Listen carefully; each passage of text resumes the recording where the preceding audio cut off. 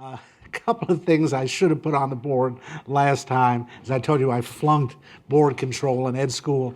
The Plato dialogue I mentioned that gets quoted in Henry IV, Part 1, is the Gorgias, and the character speaking is Callicles, who begins the Gorgias. The other Plato dialogue I mentioned is the Symposium.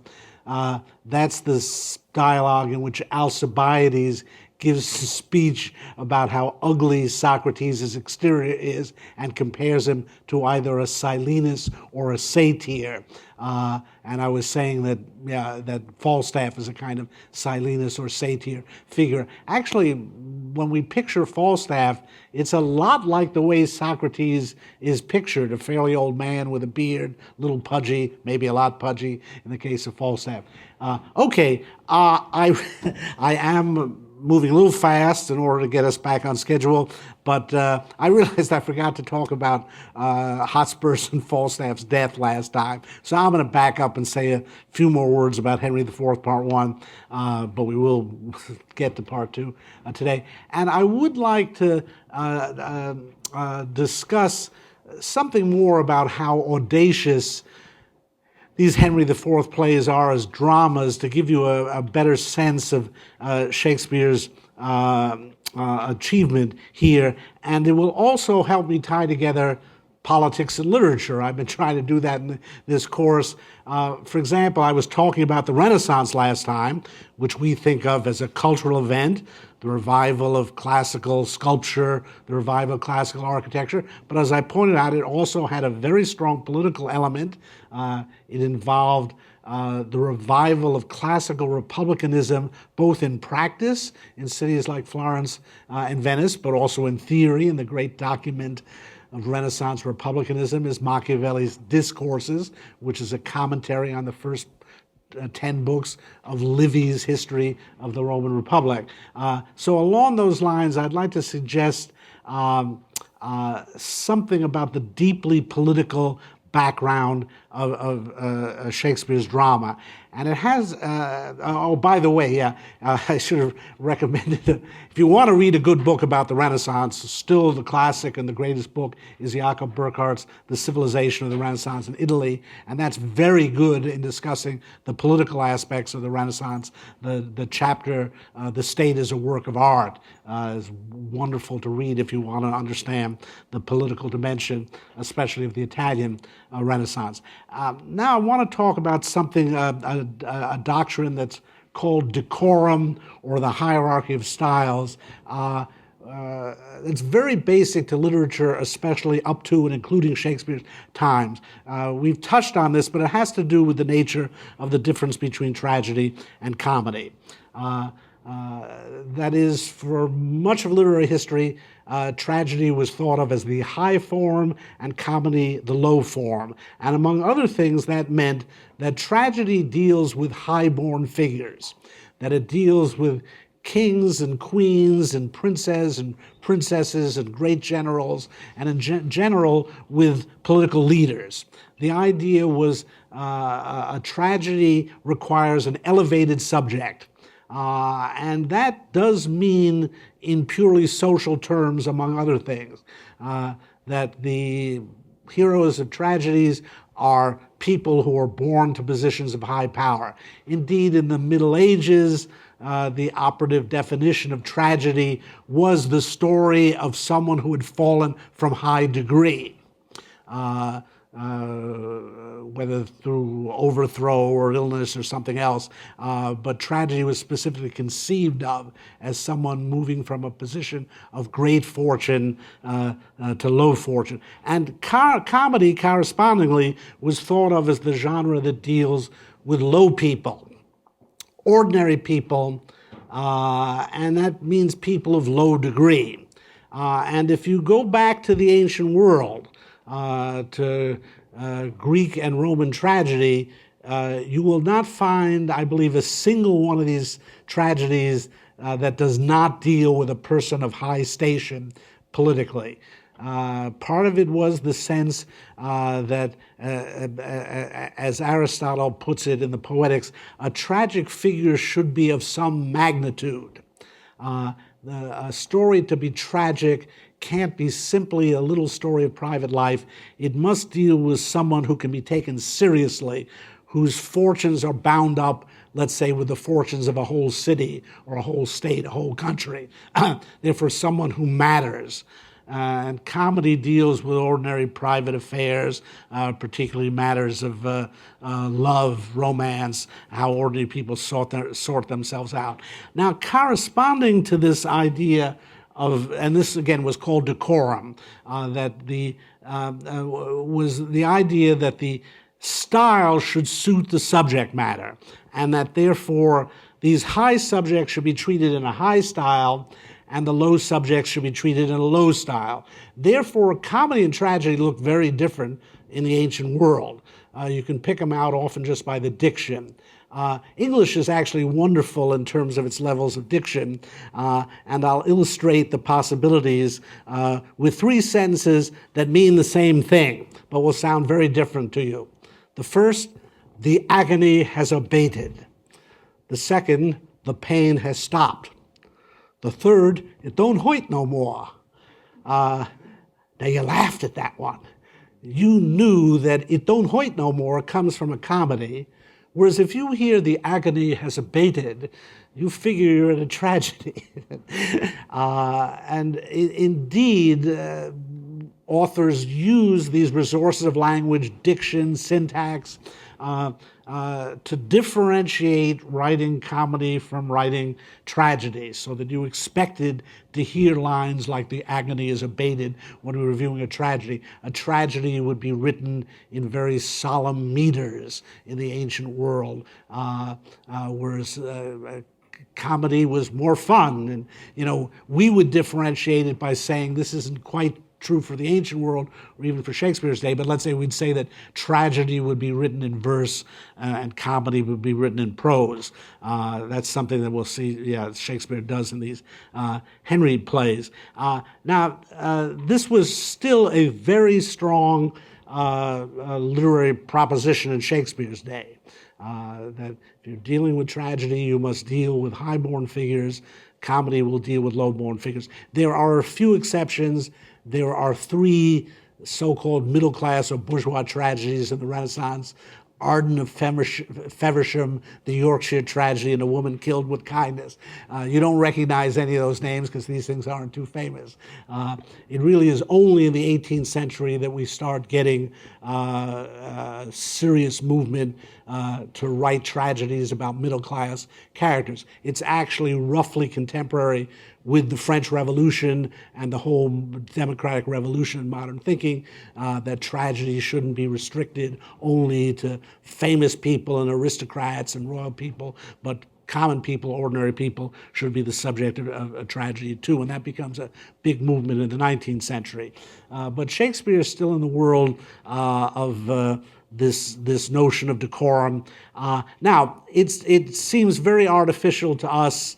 It goes against our democratic grain, and again, starting in the 18th century, writers, particularly in Germany, Lessing and Goethe, made a big deal of writing middle-class tragedy. Let me say just a few words in defense of this old notion of the hierarchy of styles. And by the way, the best discussion of this subject is a book by Eric Auerbach called Mimesis, one of the great books of literary criticism of the 20th century, where he traces this idea from the ancient world down to the 20th century. But anyway, to say a few words in defense of a view that we quite frankly find repellent in our modern democratic world, the basic idea, and I think we do see this in Shakespeare, is the idea that certain aspects of humanity can only be manifest in these upper echelons, that only when you're looking at kings and princes can you see certain aspects of human life developed, certain virtues. And let me take the primary example of courage. The idea being that you can only understand courage when you see it in its fullest development, which is on the battlefield, when someone is risking his or it might be her life. Hotspur would be an example of that. If you want to understand courage, what a courageous human being is like, you want to look at someone who's a warrior. And indeed, Shakespeare's attraction to politics, I believe, at the deepest level comes from the fact that he thinks certain human potentialities only manifest themselves in political life. Thumos is a good example. If you want to understand Thumos, you must look at it in its highest aim, which is political, so that to understand spiritedness, you must ultimately understand public spiritedness. As we've seen, the primary manifestation of Thumos is anger. Anger can look very petty to us. It can be very annoying. What are you getting angry about? It's only when we see someone get angry about injustice and someone seeks to remedy the evils of the world that we can realize, hey, this Thumos stuff is important. It's an important part of human life to get indignant about things that are wrong in the world. In other words, this is a way in which Shakespeare is very much, I would say, in the ancient tradition of Plato and Aristotle, namely the idea that to understand the nature of a thing, you must understand the perfection of the thing. That there's all sorts of manifestations of anger, many of which are very low and even perhaps contemptible. But when you see anger in a just cause, and above all, when you see someone risking his life in a battle to defend a just cause, then you understand this is what's good about anger. This is when it's fulfilling its highest goal. And in general, Shakespeare is looking at that. It's as if I can't understand this phenomenon of courage unless I look at warriors. We often have to use athletic analogies today to understand these things, because athletics is one of the last realms in which we still celebrate pure excellence. Think about basketball. Shooting a basket takes great skill, and you can picture someone who could just stand there all day and shoot baskets, no rim, just one after another. And so do we now understand this person as a basketball player? No. We want to see him get out on a court, and let's see how he shoots when someone's guarding him. And we would say we do not understand him as a basketball player until we've seen how he shoots in a game when someone's trying to stop him from shooting. And you can imagine someone who's great all alone, shooting baskets all day, but just folds when somebody's covering him. Now finally imagine the perfection of basketball playingness. It's the 7th game of the NBA title series. The two teams are tied 3-3. The games. There's 2 seconds left. The team is behind by 1 point, and a guy goes to the foul line with 2 shots. 2 seconds to go, 1 point behind. That's when you find out what kind of basketball player he is. Not when he's shooting baskets at the gym, not even in an ordinary game. We talk about a money player. Shakespeare's interested in money players. He wants to see how are people going to do when everything's on the line, when it comes down to that battle, when it's win or lose and your whole country's at stake. And again, that's the real test. We often make metaphors out of our virtues and kind of stretch their meanings. I'm kind of a jerk at faculty meetings. Not here, because they actually won't let me vote here. But back in Virginia, I will raise some pretty weird points and pretty much annoy everybody in the room. And then someone will come up to me afterward and say, that was really courageous. That was really courageous the way you stood up to them. And I say, that's your idea of courage? Alexander Solzhenitsyn standing up to Soviet communist tyranny. That's courage, standing up to you guys. Anyway, so and again, it's important to see that there's courage in every aspect of life. And, when we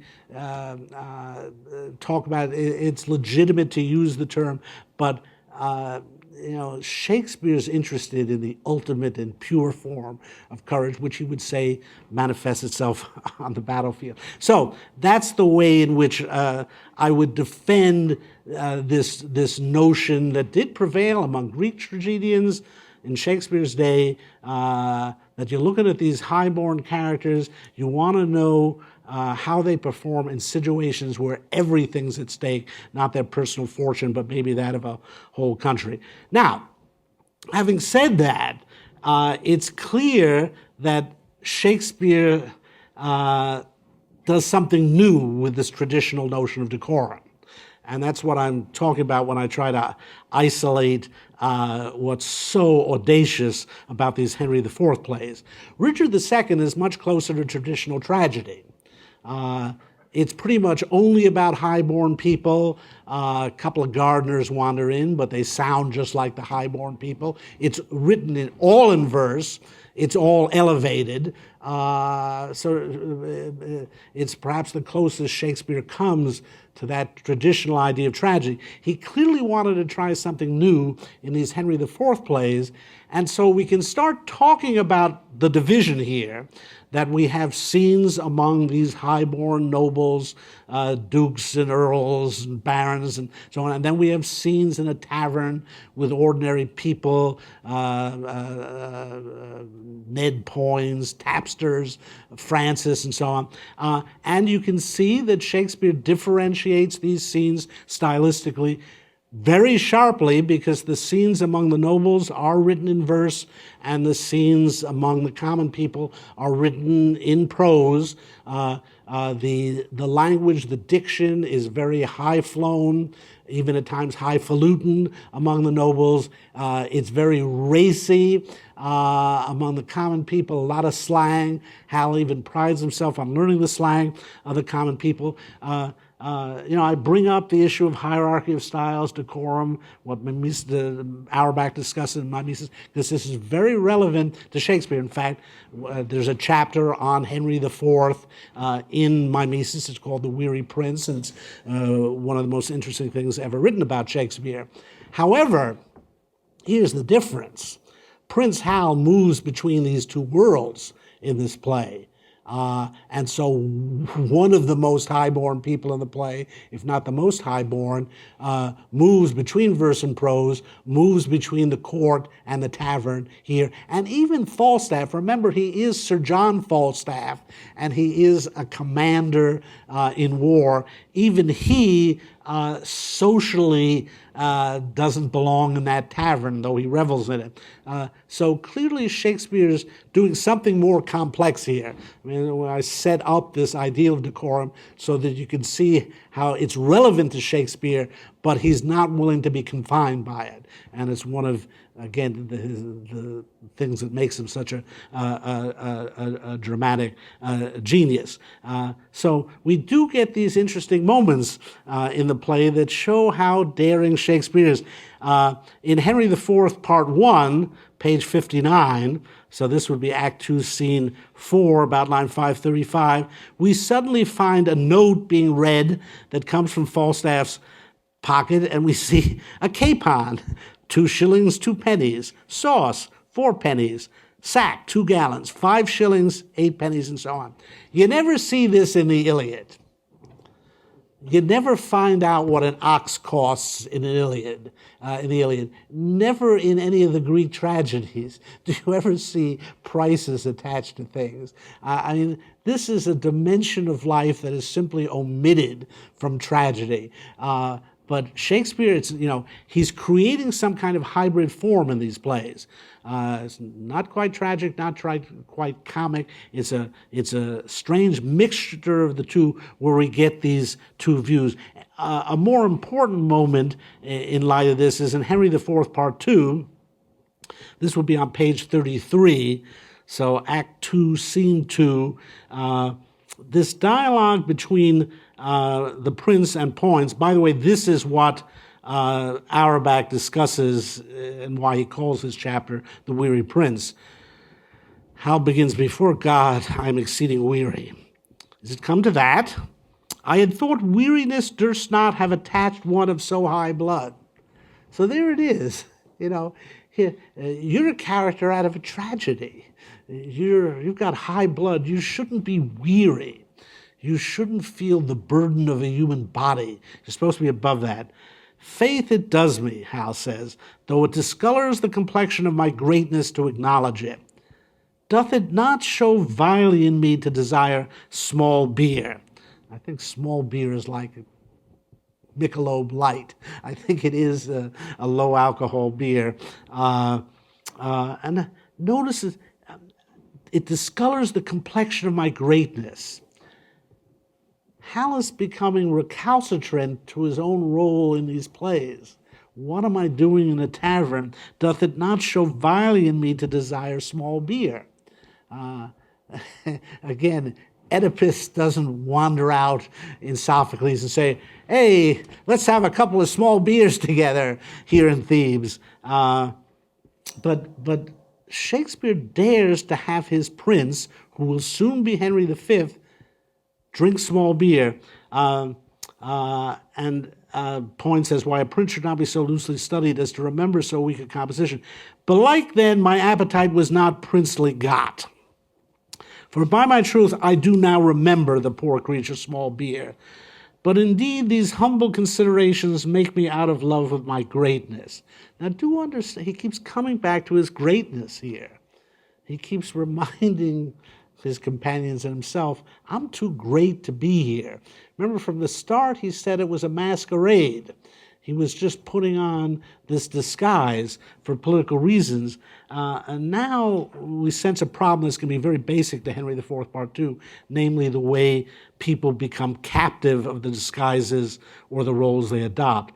And now these amazing lines, so page 34, about line 14 in this scene, what a disgrace is it to me to remember thy name, or to know thy face tomorrow, or to take note how many pairs of silk stockings thou hast, that is, these and those that were thy peach-colored ones, or to bear the inventory of thy shirts as one for superfluity and another for use. This is awful. I mean, Hal has voluntarily come among these people and treated them as friends. Now he's basically saying, you rabble. You know, it's a disgrace that I even know your name. You know, in part one, he was priding himself. I know Tom, Dick. You know, I've known their names. And what he's, you got two pairs of socks and you got two shirts. You know, it's all very easy for Hal to say. He just has to go back to Westminster Palace and he's got a huge wardrobe and so on. He's making fun of the poverty of these people.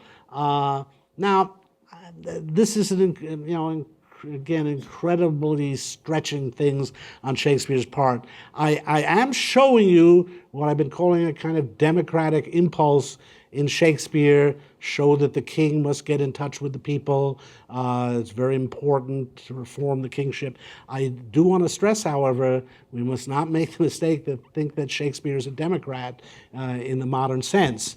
Very much has an aristocratic view of the world here, and now it's very important that Hal be remembering his greatness here. He's going to be king by the end of this play. He's going to have to make adjustments with that in view. And again, as I've been saying with these plays, what's so extraordinary about them is they both suggest that there's no difference between the upper classes and the lower classes, and that there's a great difference between the upper classes and the lower classes, and that Shakespeare can adopt those 2 points of view.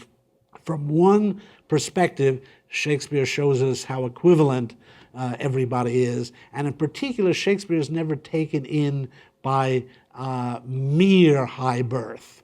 So we saw Hotspur makes fun of that courtier who's a phony, who doesn't have courage, who won't fight on the battlefield, who just puts on airs. Shakespeare was very aware of how false individual aristocrats could be.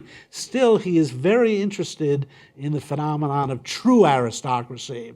and admires it, and so reminds us in this play of the difference between, say, Falstaff and Hotspur when it comes to courage. So I'll just end what I had to say about Henry IV, Part 1, by turning now to this double death of Falstaff and Hotspur. The play is, so that would be in Part 1, pages 112 to 13, so that puts us in Act 5, Scene 4. Shakespeare really contrives the plot so that these two figures who've been kept apart come together at the moment of death. First, on page 112, Hotspur is killed in battle by Prince Hal. So this is Act 5, Scene 4, about line 85. His last words, "No, Percy, thou art dust, and food for..." And Hal actually has to complete the sentence, "food for worms." I just noticed this week. If you go back to page 91, you'll see that in Act 4, Scene 2, line 66, Falstaff says of his soldiers that they are food for powder. So this is one of these moments of equivalence. The ordinary soldiers of the army are food for powder. The great Hotspur, the great field general and warrior, he's food for worms. Shakespeare does bring and of course death is the great equalizer. People are the same in death. And indeed, the prince pays tribute to Hotspur. We're not meant to despise him. He has lived the life of a hero and died like a hero. And yet, and indeed, what Hal says, this is line 86, "Fare thee well, great heart." He's a great-hearted man. But ill-weaved ambition, how much art thou shrunk? And it is important, as I've been saying, that Hal learns to appreciate Hotspur's ambitiousness, but also what was ill-weaved about it, how ill-considered it was. And so, when that this body did contain a spirit, a kingdom for it was too small a bound, but now 2 paces of the vilest earth is room enough. Some of you may know Julius Caesar, when Mark Antony says something similar over the dead body of Julius Caesar. There are many such moments in Shakespeare when we see that the great hero in death is much reduced. And this is, again, important that Hal develop a sense of skepticism about heroism. At the same time, though, he gestures with nobility towards the dead body of Hotspur, top of page 113, line 95, "But let my favors hide thy mangled face, and even in thy behalf I'll thank myself for doing these fair rites of tenderness. Adieu, and take my praise with thee to heaven, thy ignominy sleep with thee in the grave, but not remembered in thy epitaph." So this isn't, hey, drag this body out of here, I'm glad he's dead, he was a wretch, we're better off rid of him. It really is noble tribute from one warrior to another, so that we appreciate Hotspur as a hero, even as we see that qualifying aspect that he's food for worms, just as Falstaff's soldiers were food for power. And then, of course, Hal notices Falstaff. And it's just astounding how Shakespeare brings together these two figures here. These have been the two models, as it were, for Hal throughout the play. And now he confronts them both dead. "What old acquaintance," this is line 101 in Act 5, Scene 4, "what old acquaintance could not all this flesh keep in a little life? Poor Jack, farewell. I could have better spared a better man. Oh, I should have a heavy miss of thee if I were much in love with vanity." This is a very odd tribute. Now, Hal genuinely thinks that Falstaff is dead here. He isn't too broken up over it. Again, for people who say it's so unprepared that he banishes him in Part 2, this is pretty close to banishing him. And if you read what's going on in this play, it looks, Hal would like to distance himself from Falstaff here. It would be very convenient for Hal if Falstaff were dead at this moment. He gave him a commission in the army with the hope he might drop dead just from having to march to the front, weighing as much as he does. So again, Hal calls him old acquaintance here and says, I could have spared a better man. There was, again, it's not a deeply emotional moment for him. But again, we have this strange moment here where, in a certain sense, Falstaff and Hotspur are made equivalent by their place in the plot, two men fallen in battle. But then, of course, Falstaff bounces back. Falstaff riseth up, the stage direction says. And here we see, in some ways, the most basic distinction between tragedy and comedy. In tragedy, the hero dies, and he dies once, and when he dies, he stays dead. Comedy is a world of resurrection. It's a world of second chances. It's a world where you bounce back. Indeed, a wonderful image of comedy is one of those toys that you just pummel and it keeps bouncing back. That's what Falstaff is like. If you look on page 109, so the end of Act 5, Scene 3, about line 60, give me life.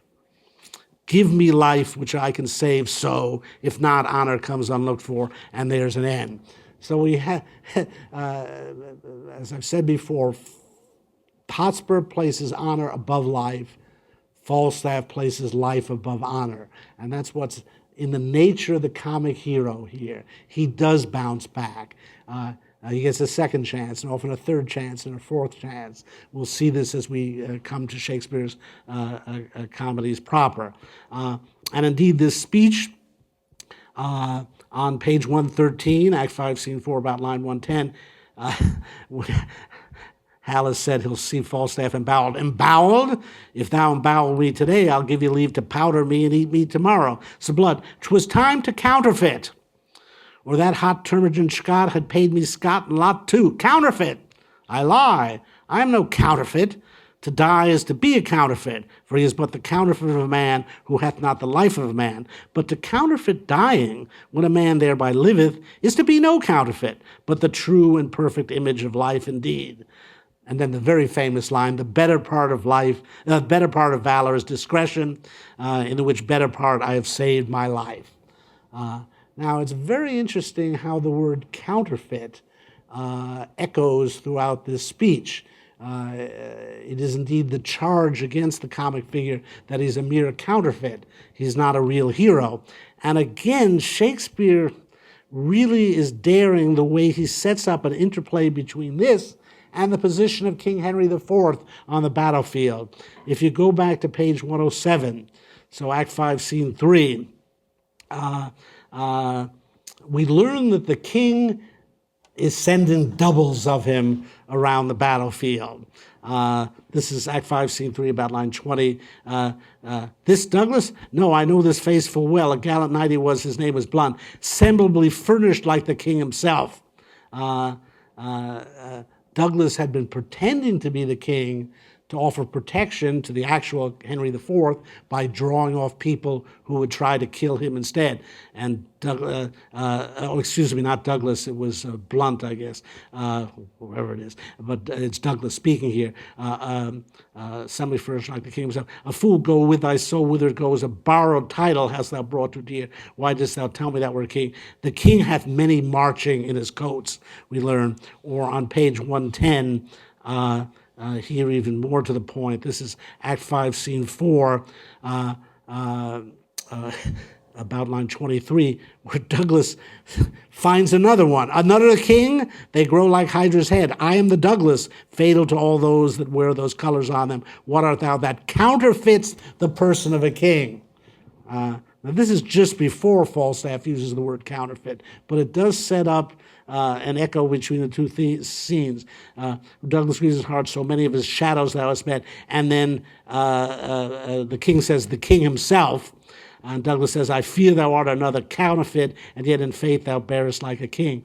I mean, it's amazing that at just this point in the play, Shakespeare has the nerve to raise the issue of the reality of kingship, drawing upon this actual practice that many kings used of having people dress up like them on the battlefield to draw away attention from them. But at the moment when we're looking at the parallels and contrasts between Hotspur and Falstaff, we also see this issue, who's the real king? Is the real king a counterfeit?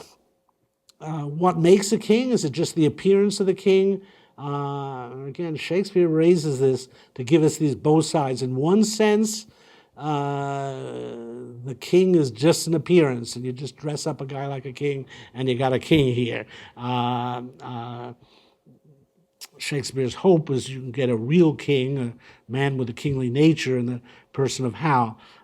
Anyway, it's a fascinating the way Shakespeare brings together Falstaff and Hotspur, Falstaff and King Henry IV here, the question of who's real, who's a counterfeit. Now, I should say that this is in many ways the lowest moment for Falstaff, because right after, this is back on 113, about line 120, right after he proclaims himself a counterfeit, he says, "Zounds, I am afraid of this gunpowder Percy. Though he be dead, how if he should counterfeit too and rise? By my faith, I am afraid he would prove the better counterfeit." Again, it's quite striking how the word counterfeit resounds throughout these final scenes. And so Falstaff decides he's going to stab Percy and take the glory, claim that he's the one that killed Percy. Falstaff does a lot of sleazy things in this play. This seems to me be beneath contempt. And before anyone gets too enthusiastic about what a wonderful person Falstaff is, they should say, what do you think of someone who mutilates an already dead body to gain the glory of having murdered him? I like Falstaff too, when he's very funny, but I think Shakespeare goes out of his way to give him a very sinister moment here. So again, I realized I didn't talk about these two moments of the play last time, so I wanted to come back to them and again show you how the notion of comedy and tragedy plays off especially at the end of the play, where Falstaff becomes this image of the comic life that comes back and can get a second chance, whereas the hero, falls and falls once. That's what Hotspur wanted. He did make Achilles' choice. He did say, I want to have a short life, but a glorious one. Let's put all our cards on the table and settle it here. Okay. Now let me go on to Henry IV, Part 2, and make a good start on it, I hope. Now, there's an issue about the status of this play and its relation to Henry IV, Part 1. It's a very good discussion of it in the back of your signet in the essay by Harold Jenkins.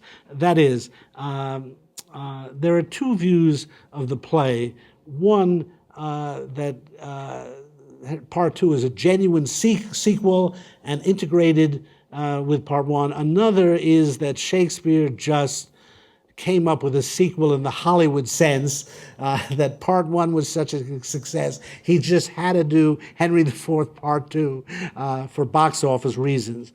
That is, we have lots of evidence that the character of Falstaff was a huge success. And audiences loved him. It's not that we have uncovered Falstaff action figures in the excavations at the Globe Theater, but all signs point to the fact that people wanted another Falstaff play. In fact, Shakespeare went on to write yet another Falstaff play, Merry Wives of Windsor. There is a legend that Queen Elizabeth herself asked for another Falstaff play, that she said she wanted to see a play about Falstaff and love, and so Shakespeare wrote Merry Wives of Windsor. There are some signs that, as sometimes happens with authors, their characters got out of hand. Famous example is Sherlock Holmes and Arthur Conan Doyle. Arthur Conan Doyle wished to be a historical novelist. He dashed off these Sherlock Holmes stories and novels, and they were a great success. And he couldn't stand Sherlock Holmes after a while, so he killed him. Some of you may know, at Reichenbach Falls in Switzerland, he had Moriarty kill Sherlock Holmes, and even that didn't work. The audience wanted Sherlock Holmes back so badly that poor Conan Doyle had to come back and write more Sherlock Holmes stories, and he was thoroughly sick of him. And there are many examples of this, of people becoming captive of their own successes. And Shakespeare, talking all-time spoiler alert, Shakespeare kills off Falstaff and Henry V. It's like, I've had it. I can't stand this anymore. So there are, again, some signs that this is one of those cases where a character just got out of control.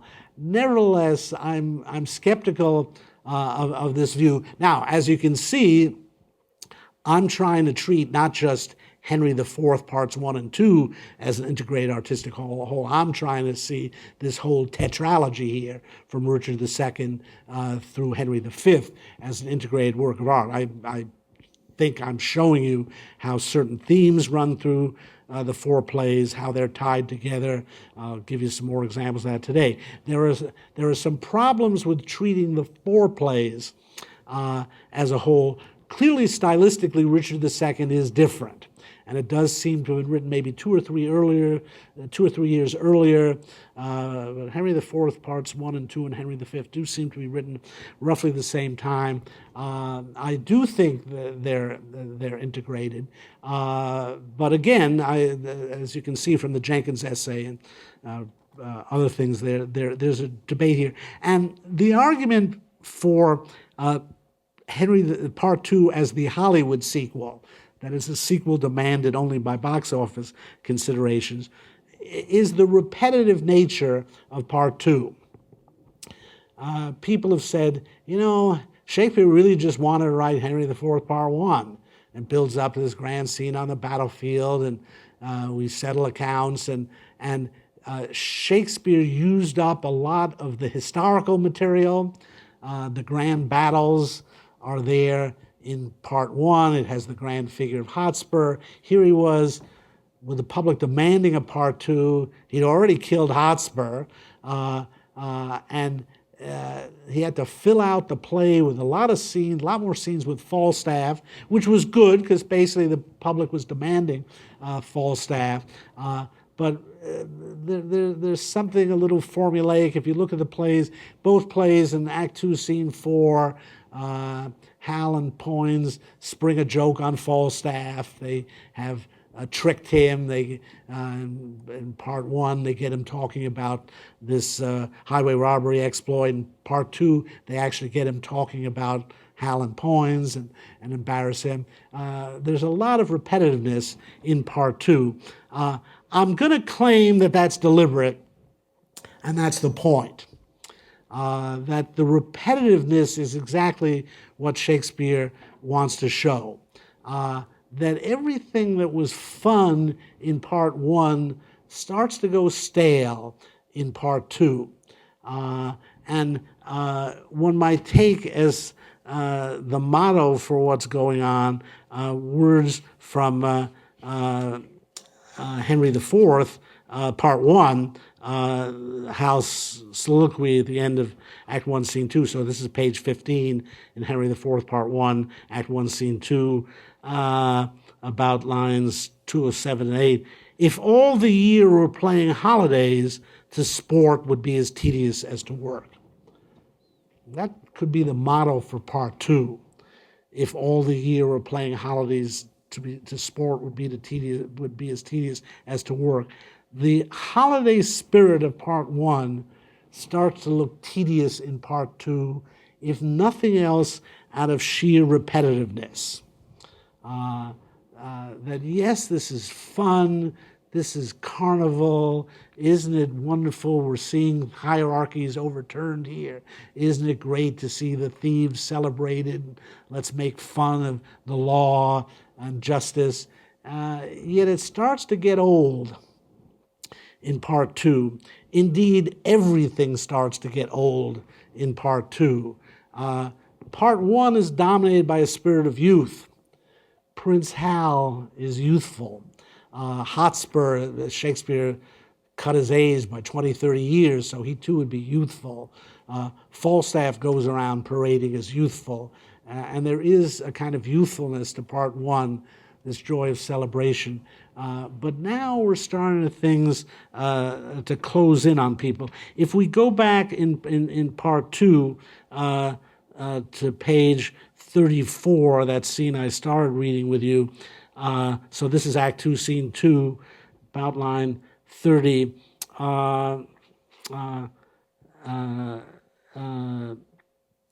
When Hal says, actually it was skipped line 34, 35, the prince says, "Marry, I tell thee, it is not meet that I should be sad, now my father is sick. Albeit I could tell to thee, as to one it pleaseth me for fault of a better to call my friend." What a way to speak to someone. As to one it pleaseth me for fault of a better to call my friend. Look how he's trying to distance himself. I could be sad indeed, too. Line 46, but I tell thee, my heart bleeds inwardly that my father is so sick. And keeping such vile company as thou art hath in reason taken from me all ostentation of sorrow. The reason, what wouldst thou think of me if I should weep? I would think thee a most princely hypocrite.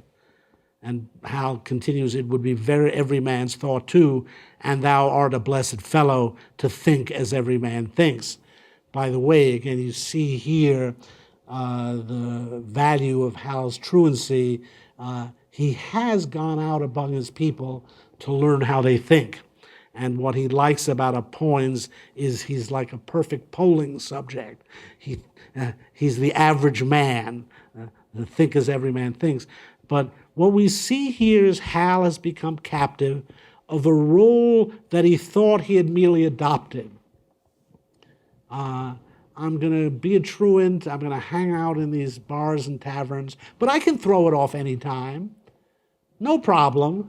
Whenever I'm ready, I'll stage my great reformation. He's beginning to understand that's not going to be as easy as he thought. And in particular, you play the role long enough, people identify with you with the role.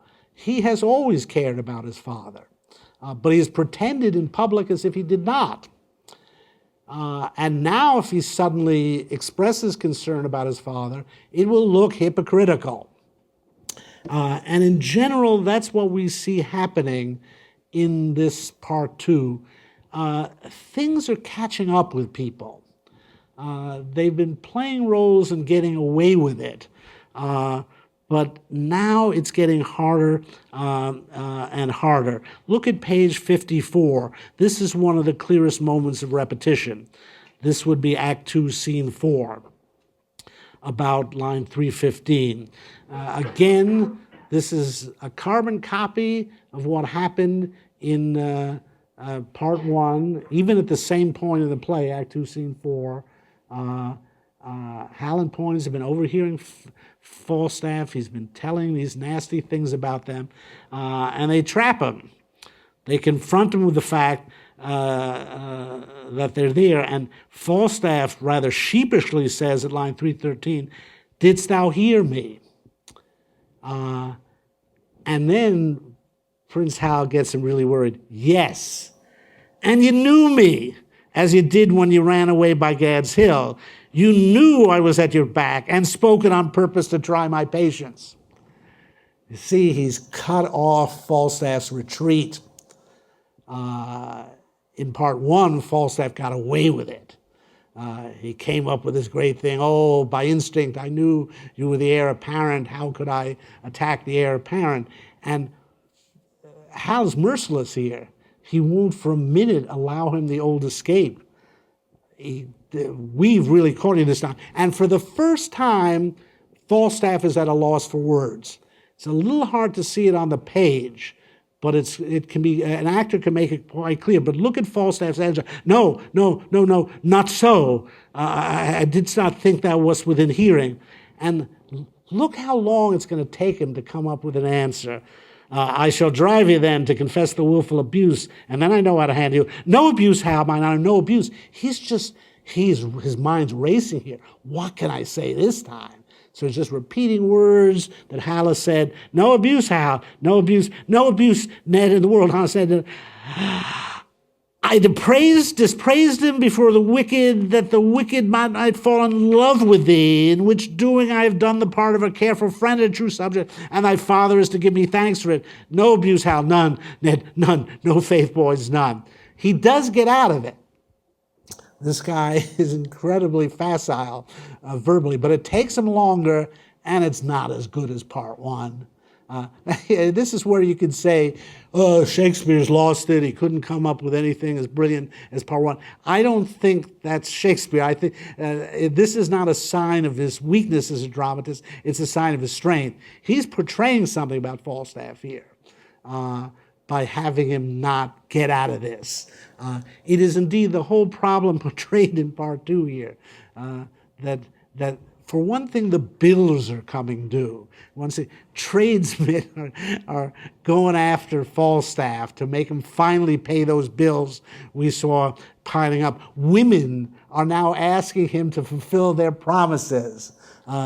This is the whole play about bills coming due after excesses, and how you can't continue the kind of life that Falstaff has been leading.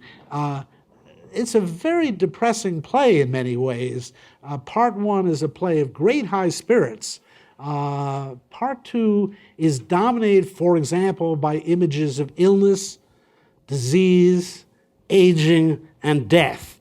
Look at page 13. This is Act 1, Scene 2. This great opening dialogue between Falstaff and his page. Sirrah, you giant, what says the doctor to my water? His urine. He said, sir, the water itself was a good, healthy water, but for the party that owed it, he might have more diseases than he knew for. I would not like a doctor to say to me, oh, your urine is fine. It's you that are sick. But indeed, we see this man is sick and aging. He tries to deny it. Page 19, his confrontation with the Chief Justice. This is Act 2, Scene 2, about line 185. And by the way, now it's the Chief Justice who is the opposite of Falstaff. In part one, the opposition is between Hotspur and Falstaff, between Thumos and Eros, between high-spirited nobility and the erotic desires of this common man. I mean, you can take either side there. There's something to be said for both sides. Now, Falstaff is opposed to justice, and that's a problem. There's a happy medium between Falstaff and Hotspur. I'd argue that Hal comes to occupy that ground. There is no happy medium between justice and injustice.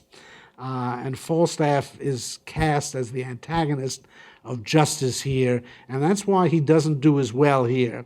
And so the Chief Justice points out how old he's becoming. This is page 19, Act 1, Scene 2, about line 189. Is not your voice broken, your wind short, your chin double, your wit single, and every part about you blasted with antiquity? And will you call yourself young? Fie, Sir John. And Falstaff has a wonderful answer. I love this. My lord, I was born about 3 o'clock in the afternoon with a white head and something around belly. For my voice, I have lost it with hallowing and singing of anthems. I lost my voice singing too much in church. But this idea that he was born an old man, so he's perpetually youthful here. Well, that's not supported by the play. He really is aging, and above all, the people around him are aging. And we begin to see that this life of the body that he represents has its limitations. He's a wonderful carnival figure in part one, celebrating eating and drinking and sex and all these aspects of the body. but it's not something he can keep up in perpetuity. And there's this marvelous line, it's on page 52, so Act 2, Scene 4, about line 266, where Poins says of Falstaff, "Is it not strange that desire should so many years outlive performance?" That has such resonance in this play, the idea of desire outliving performance. And remember, no Viagra in the Renaissance here, so he's got a problem. There's a great line from Shakespeare's Troilus and Cressida. It's spoken by Pandarus in Act 3, Scene 2. "This is the monstrosity in love, lady, that the will is infinite and the execution confined, that the desire is boundless and the act a slave to limit."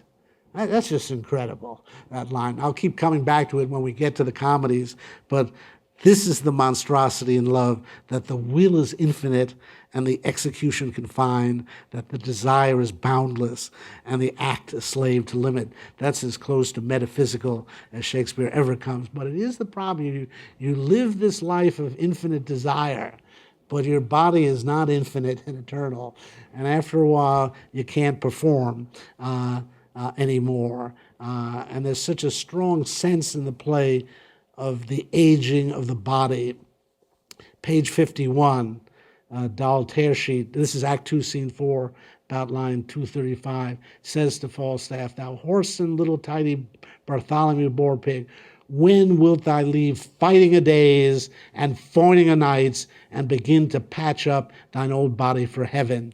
And Falstaff says, "Peace, good Doll, do not speak like a death's head. Do not bid me remember mine end." Well, he thinks he doth protest too much. He is remembering his end.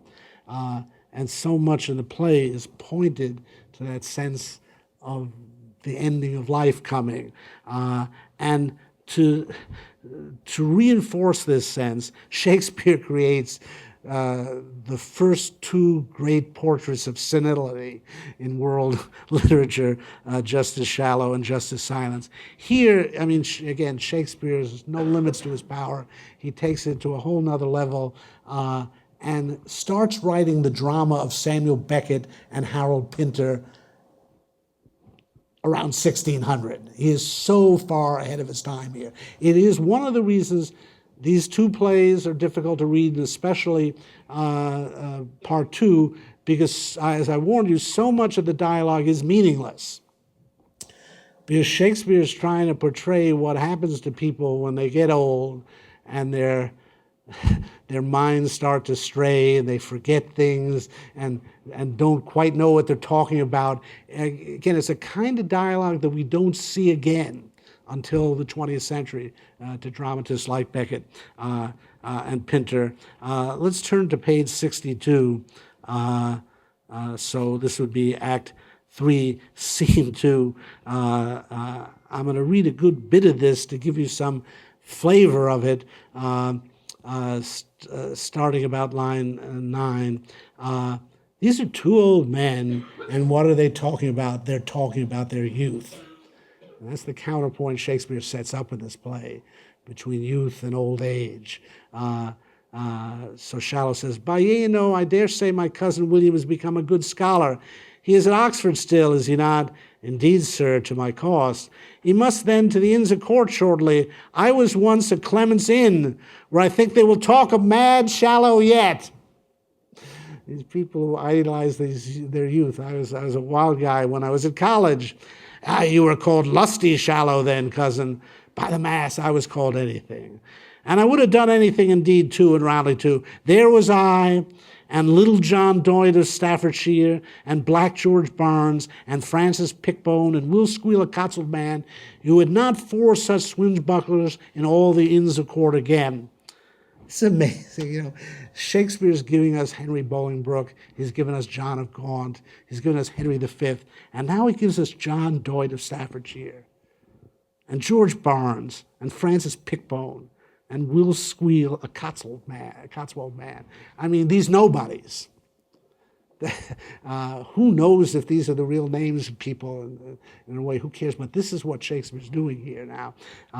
He can give us Henry IV and Richard II and Julius Caesar and Hamlet and King Lear, but he can also just conjure up these nobodies in the magic of his prose here. And who are these guys? Inns of Court were like law schools then. The Elizabethan equivalent of law schools. And I may say to you, we knew where the Bonarobas were, the prostitutes, and at the best of them all's commandment. Then was Jack Falstaff, now Sir John, a boy, and a page to Thomas Mowbray, Duke of Norfolk. And that should send a little shiver down your spine, because here we got old fat Jack, and we're remembering when he was a little boy and a page. And who was he a page to? Somebody out of the pages of Richard II. Our old friend or enemy, Thomas Mowbray, Duke of Norfolk. And so here they are, they're thinking about their days in law school, line 33. Jesu, Jesu, the mad days that I've spent, and to see how many of my old acquaintances are dead. We shall all follow, cousin. Now, the fact of death keeps obtruding in the scene, but the response is very conventional, with a proverb, conventional response, we shall all follow, cousin. Certain to certain, very sure, death, as the psalmist said, is certain to all shall die. How a good yoke of bullocks at Stamford Fair. That's what Shakespeare does that nobody else does until the 20th century. We're talking about death, and suddenly the character talks about the price of cattle on the market. I mean, this is how people's minds work, and especially when they get older. But no one had ever portrayed anything like this in drama before. We're almost going to call it stream of consciousness here, that the way the mind works and jumps around from subject to subject. How a good yoke of bullocks at Stamford Fair. By my troth, I was not there. Death is certain. Is old Double of your town living yet? Dead, sir. Jesu, Jesu, dead. He drew a good bow and dead. Now there's an epitaph for you. There's a Homeric epitaph. You know, what can be said of old Double? He drew a good bow and dead. I mean, in a way, that's, Paris in the Iliad. I mean, that's a hero. I shot a fine shot. John of Gaunt loved him well and betted much money on his head. Dead. Again, this takes us back to Richard II. Now, there's a very interesting undercurrent to this that's very important politically, believe it or not.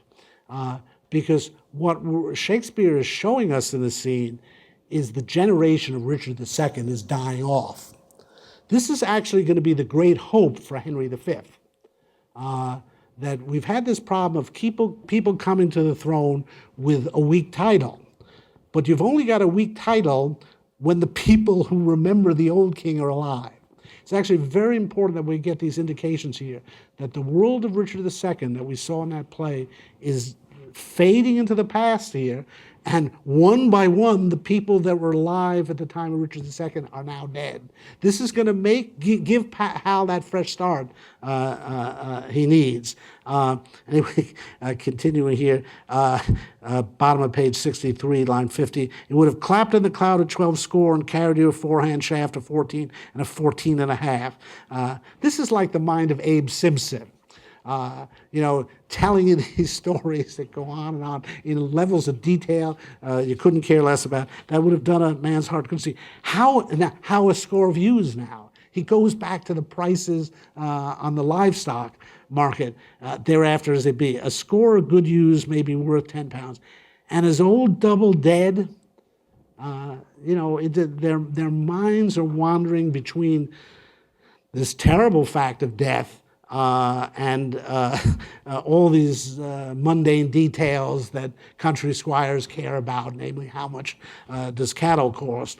And then page 69, as Shakespeare drags Falstaff into this, and it's very important that Falstaff is dragged into this world. In part one, he can hang around with young people, with Prince Hal, and he kind of feeds off their youthfulness. Shakespeare makes a point of partnering Falstaff with old people here. And so page 69, so Act 3, Scene 2, about line 199. Oh, Sir John, do you remember since we lay all night in the windmill in St. George's Field? No more of that, Master Shallow. Falstaff doesn't like this senile rambling. Hotch was a merry knight, and is Jane night work alive? She lives, Master Shallow. At last, someone is still alive. She never could away with me. Never, never. She would always say she could not abide Master Shallow. By the mass, I could anger her to the heart. She was then a Bonarova.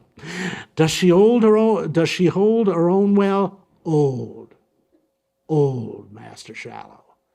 Even if she isn't dead, she's old. Nay, she must be old. She cannot choose but be old. What a senile statement that is. Of course she can't choose but be old, but certain she's old, and had Robin Nightwork by old Nightwork before I came to Clemens Inn. That's 55 years ago. It was a long time in those days when most people never got past 35.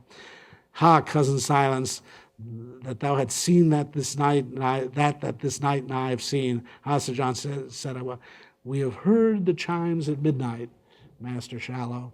And Orson Welles took that as his title for his version of these plays, Chimes at Midnight, and it really does have a resonance, the whole sense of coming to the end here, hearing the chimes at midnight.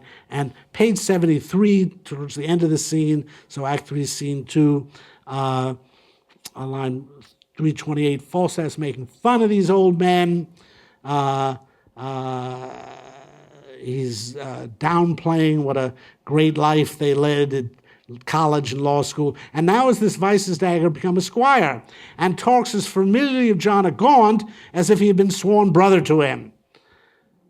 So again, we keep hearing these names come back from Richard II, John of Gaunt, Thomas Newbery, to remind, that's 55 years ago. So we have time for things to have moved on. And I'll be sworn he never saw him but once in the tilt yard, and then he burst his head for crowning him on the marshal's men. So Falstaff said, what a liar this guy is. He didn't know John of Gaunt. He maybe just saw him once. How does Falstaff know that? Because he knew John of Gaunt himself. I saw it and told John of Gaunt he beat his own name, for he might have thrust him and all his apparel into an eelskin. So here Falstaff is doing just what he accuses Shallow of doing, that Falstaff is pretending that he was a great intimate of John of Gaunt here. So we get a tremendous sense of aging in this play, lots of disease. Northumberland is sick at the beginning of the play. Henry IV is very sick and will die of it. And in general, things are breaking down in this world. And there are remarkable images in the play of that breakdown. If you turn to page 10, this is Northumberland having to react to the story of Hotspurs' death. So this is Act 1, Scene 1, about line 153. Now let not nature's hand keep the wild flood confined. Let order die. And let this world no longer be a stage to feed contention in a lingering act, but let one spirit of the firstborn Cain reign in all bosoms, that each heart being set on bloody courses, the rude scene may end, and darkness be the barrier of the dead. Now he's very upset. His son is dead, and to some extent because Northumberland betrayed him by not coming to his aid on the battlefield. But this translates into a cosmic wish here. Now let not nature's hand keep the wild flood confined, let order die. He wants to see all order break down. And Henry IV echoes this in an even more remarkable speech. It's on page 59. It's Act 3, Scene 1, about line 45. O God, that one might read the book of fate and see the revolution of the times, make mountains level and the continent weary of solid firmness, melt itself into the sea. This is like a vision of modern geology and tectonic plates and the whole world being physically transformed. And other times to see the beachy girdle of the ocean too wide for Neptune's hips. How chances, mocks, and changes fill the cup of alteration with diverse liquors. Oh, if this were seen, the happiest youth, viewing his progress through what perils pass, what crosses to ensue, would shut the book and sit him down and die. This is a really remarkable image here of the end of the world and an almost Nietzschean sense of despair here, of nihilism, that if we understood how fragile this world is, how subject order is to disorder, we just pack it up, sit down and die. Now, I want to say something about order and disorder here, because that I think can help us understand the structure of these plays. What we're seeing here is a very frightening unraveling of order. In part one, there still was this carnival aspect to it. Oh, yeah, we don't have to worry about police anymore and the law, and no one's going to be hanged for crimes. Isn't it wonderful? But you can see even there, it's not so great from the point of view of those travelers who get robbed on the highway and the strange situation. You check into a hotel, and the guy running the hotel is fingering you for a robbery the next day. We see here in this play working out the full and disastrous consequences of the dissolution of order that began with the deposition of Richard II. And I'm now going to try to offer you in the middle here, we still haven't done Henry V, a sense of the shape of these four plays. And the overall pattern is one of order, disorder, and the reestablishment of order. It's a pattern we're going to see very important in Shakespeare, in the comedies, and in King Lear as well. That is, at the beginning of Richard II, we appear to be in an ordered state. There's a guy who looks pretty good up on the throne. We have nice pageants. Everyone dresses up. They have beautiful speeches. We seem to be in a quite orderly world. But very soon we realize this guy on the throne is an idiot. He's very weak as a king. He believes so much in appearances that he thinks he doesn't need anything else. And so Bolingbroke comes along and overthrows him, overthrows this order, and tries to establish a new order. But it turns out not to be easy as he thought. Now, there was something wrong with that original order. In a way, it was phony and corrupt. We had a man on the throne who looked like a king but didn't have a kingly nature. In that sense, we can say there was something positive about the revolution, about the disorder, about the deposition. It was an effort to bring a man with a kingly nature to the throne. You can say that this is the problem with political order. And I think this is something very basic to Shakespeare, that there's a very strong conventional component to political order. And at times, perhaps most of the time, convention gets out of whack with nature. Again, you got someone who is by convention the king, but he doesn't have a kingly nature. That can be endured for quite a while. But at some point, convention gets so out of line with nature that king will fall, as happens with Richard II.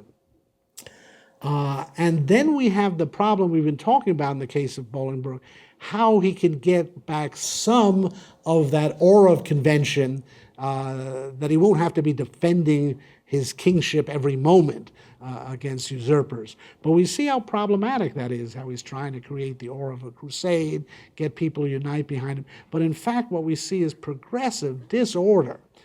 Now again, there's something liberating about that. It, for example, helps to liberate the desires. this old antic, the law, tends to restrain human desires, and that's why we talk about the carnival aspect of part one. That we're getting a sense, maybe these old fogies that have been running the country are just old fogies, and let's give the young people a chance, and let's give the criminals a chance. And there is something liberating about that, even for Prince Hal in part one. But in part two, we begin to see that disorder is becoming cancerous now. It's metastasizing. It's getting out of control here. And in this play, order is going to start to restore itself. In Act 5, and in Henry V, we will see the completion of that process as Henry comes to the throne. This structure, I think, is very basic to these plays, to Shakespeare in general, and to his understanding of politics. The idea that you can begin with an order that in some ways has grown false, and in particular in which the conventional ruler no longer has the qualities a natural ruler should have. It's going to take something violent, revolutionary, to overthrow that. And it's going to be very dangerous after a while, maybe even initially. Shakespeare does believe in some form of political order. You can't just have chaos. You can't just have anarchy. And in some ways, you're going to have to see the order restore itself. We see how that happens in many respects in this play. In some ways, it's just a natural process of the last representatives of the old order dying out, so they no longer can stand up for it and cause trouble for the new order. In some ways, it's just a logic playing out that you can't have anarchy on the streets and on the highways, and that people will welcome a return from order. The hope is that the new order will be better. Not necessarily perfect, and maybe not even possibly perfect, but that you will get somebody on the throne who is closer to what the nature of kingship demands. And again, that will be the point about Hal that we've been looking at. Richard had legitimacy but didn't have the nature of the kingship. Bolingbroke has the nature of the kingship but not the legitimacy. Hope for Hal is he combines legitimacy with a kingly nature, and we will see that work out in Henry V. And again, I'm not saying that Shakespeare thinks that Hal will be the perfect king or that this process necessarily yields perfect kings. His hope is, though, the political problem is how the political order constantly veers away from the natural order. The hope is somehow to restore it, to get an order that is more in line with nature. Now, let me just compare this to modern thought on this subject and help to place Shakespeare. That is, a lot of what I'm saying here in the critique of political order is reflected in the modern idea that political order is what we call a social construction. And that's thought of as a very modern idea. Shakespeare understands that, the social constructiveness of political order. He knows that what goes on is you take some guy and you put a crown on him and a robe on him and you put him on a throne and everybody fawns all around him and suddenly you got a king. Shakespeare shows this, how hollow the kingship is in many cases, like Richard II. But for Shakespeare, the way he gets at that is by his belief in nature, that there is some genuine kingly nature. And our problem is when we lack it. Yeah, most of the time we got somebody up on the throne for every reason but his having a kingly nature, and that creates real problems. Shakespeare's hope is that in some circumstances you might overcome this and get somebody on the throne who has at least something and maybe a lot of the kingly natures and true in Hal. In other words, the difference from modern thought is that Shakespeare doesn't think everything's socially constructed or that there's no such thing as nature. Here I think Shakespeare is much closer to Plato and Aristotle in his understanding of politics. His quest is to find the natural king, the king by nature, the kingly nature. It's not easy to find, and he's very aware of the difference between actual kings and genuinely kingly natures. He thinks that Henry V, this actual historical figure, really got very close to having a genuine kingly nature. That's why he celebrates him in these plays. But again, the hope, Shakespeare is always guided in his criticism of conventional politics or existing politics by some sense of what the natural should be, what the perfection of political life would be, so that, again, he was never taken in by conventional aristocracy. He constantly portrays phony aristocrats in his play. You'll see Oswald in King Lear. There's Osric in Hamlet. Shakespeare had such contempt for these mere creatures of the court. Nevertheless, every once in a while he saw someone who had a kingly nature, or a queenly nature, I think in the case of Queen Elizabeth, and he could admire that. And he wants us to maintain a sense of that difference. That it's not as if all political figures are somehow just illusions, just conventional. It is possible to have someone on the throne with a genuinely kingly nature. That's the whole search in his Henry IV plays, and why we're going to watch Hal emerge in the fifth act as the genuinely kingly nature here. Now, I've got a couple of minutes, so any questions?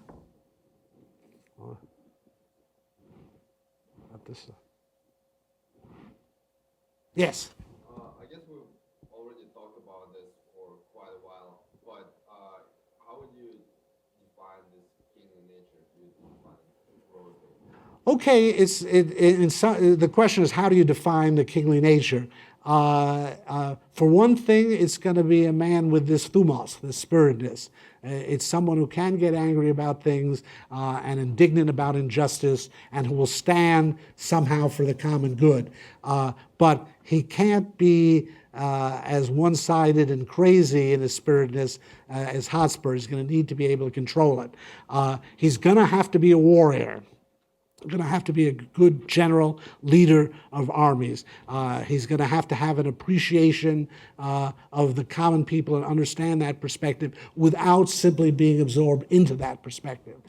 That's why it's important that Hal maintain his difference. I'll actually be saying a lot more of this as we go through Henry V, and it's something to think about as you read it, because here, for once, Shakespeare offers as close to the kingly nature as I think he thought was humanly possible.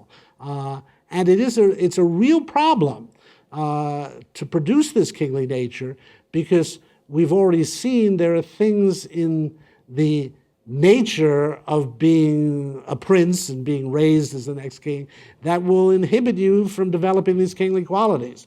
We see that spoiled child aspect in Richard II. So actually the whole story of Hal is a very complicated story of how a genuinely kingly nature could emerge, especially in circumstances where he'll get the legitimacy as well, because he was born to king. But the king must be a commanding figure. And as we started to talk about, there must be an intellectual component to this as well. Hotspur has all of that thumos, but he's really lacking intellectually. He makes a number of key mistakes that have something to do with the fact that he has a limited intellect. We've seen that Hal is so much open to learning things, and even has a teacher who, as we saw last time, is half a Socrates even, and we'll talk about that. Look at the first scene of Henry V, where the archbishop and the bishop present Hal as this amazingly Platonic figure who's combined theory and practice. So again, it's a good question, and we will continue to examine it as we look through Henry V. So next time I'll talk a lot about Act 5 of Henry IV, Part 2, the banishment of Falstaff, the way Hal comes to the throne, and then we will get to Henry V next time.